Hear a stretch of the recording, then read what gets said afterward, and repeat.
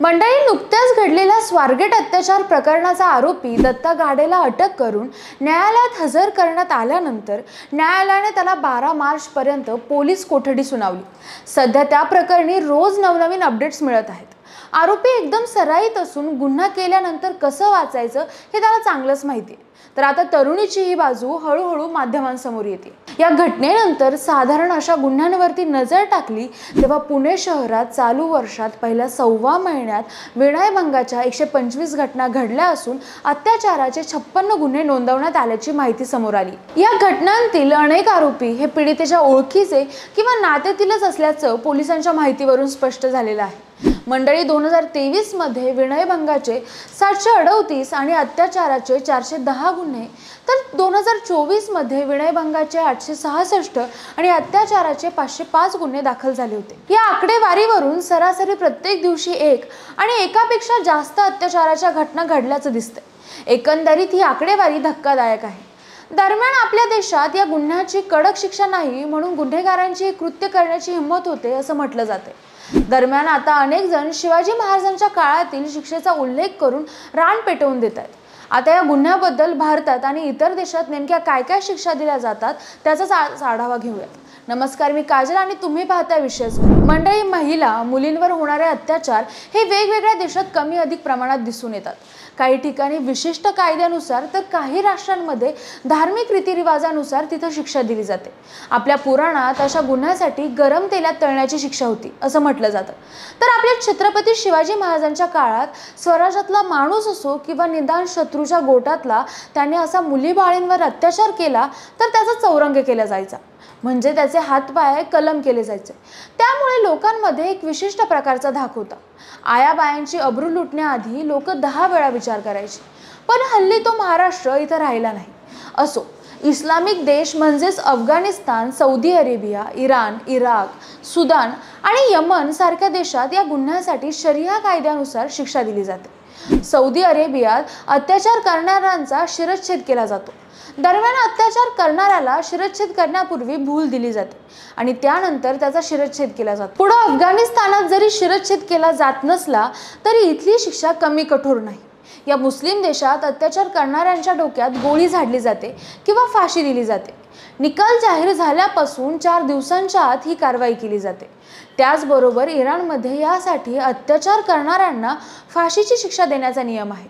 आरोपींवर गुन्हा सिद्ध झाल्यास त्याला फाशी दिली जाते। इराकमध्ये आरोपीला दगडाने मारून मृत्यूची शिक्षा दिली जाते। इथं अत्याचार करणाऱ्या आरोपीला तो मरेपर्यंत दगडाने मारलं जातं। दुबईमध्ये अत्याचारासाठी फाशीची शिक्षा दिली जाते। 7 दिवसांच्या आत आरोपीला फाशीची शिक्षा दिली जाते। हे झालं मुस्लिम देशांमध्ये। आशियाई देशात चीनमध्ये अत्याचार करणाऱ्यांना मृत्यूची शिक्षा दिली जाते। तर काही घटनांमध्ये आरोपीचे गुप्तांग कापून टाकलं जातं। पाकिस्तानमध्ये सामूहिक अत्याचार, लहान मुलींची छेडछाड आणि अत्याचारासाठी फाशीची शिक्षा दिली जाते। महिलेवर हल्ला करणं आणि जाणून बुजून सार्वजनिक ठिकाणी तिचा शारीरिक भाग दाखवणं यासाठी फाशीची तरतूद आहे। 2020 मध्ये अत्याचाराच्या घटना रोखण्यासाठी पाकिस्तानमध्ये नवा कायदा मंजूर करण्यात आला होता। त्यामध्ये दोषी आढळलेल्या पुरुषाला रसायनांचा वापर करून नपुंसक बनवण्यात येण्याची तरतूद आहे।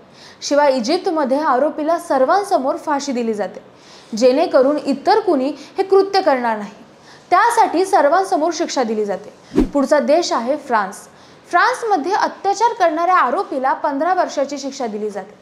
तसेच त्यामध्ये वाढ करून ती 30 वर्षही केली जाऊ शकते। फ्रान्स नंतर आहे नेदरलँड। या देशात अत्याचार केला तर 15 वर्षांची शिक्षा दिली जाते। तसेच वैश्य महिलेसोबतही अत्याचार केला तरीही आरोपीला शिक्षा दिली जाते। अमेरिकेच्या कायद्यात अत्याचार किंवा रेप या शब्दांचा वापर केला जात नाही। अमेरिकेत फेडरल लॉ लागू होतो। यात जन्मठेपेच्या शिक्षेची तरतूद करण्यात आली आहे। रशियात अत्याचार प्रकरणातील आरोपीला 30 वर्षाच्या शिक्षेची तरतूद आहे। त्यानंतर सिंगापूर देशातले कायदे इतर अनेक बाबतीत कडक असले तरी तेथेही अत्याचाराच्या गुन्ह्यासाठी मृत्यूदंडाची शिक्षा नाही। तिथे अत्याचारासाठी 20 वर्षाची सक्त मजुरी तसेच चाबकाने फोडून काढण्याची शिक्षा आहे। मंडळी, हे झालं बाकीच्या देशांचं। पण अत्याचार प्रकरणी आपल्या देशात आरोपीला काय शिक्षा होते? भारतात अत्याचाराचा गुन्हा सिद्ध झाल्यास 10 वर्षांपर्यंत तुरुंगवासाच्या शिक्षेची तरतूद आहे। त्यात अल्पवयीन मुलीबरोबर अत्याचाराची घटना असेल तर कठोर शिक्षा होते। 16 वर्षाखालील मुलीवर अत्याचार प्रकरणातील दोषी आरोपीला कमीत कमी 20 वर्षाच्या शिक्षेची तरतूद आहे। यात जन्मठेपेची शिक्षाही सुनावली जाऊ शकते। पोक्सो म्हणजे protection of children from sexual offence act हा 2012 साली कायदा अंमलात आणण्यात आला। त्यात अल्पवयीन मुलांवरील अत्याचार हा गुन्हा ठरतो। हा कायदा 18 वर्षाखालील मुले आणि मुली दोघांनाही लागू होतो। या कायद्याचा उद्देश लहान मुलांना लैंगिक अत्याचार आणि अश्लीलतेपासून वाचवण्याचा आहे।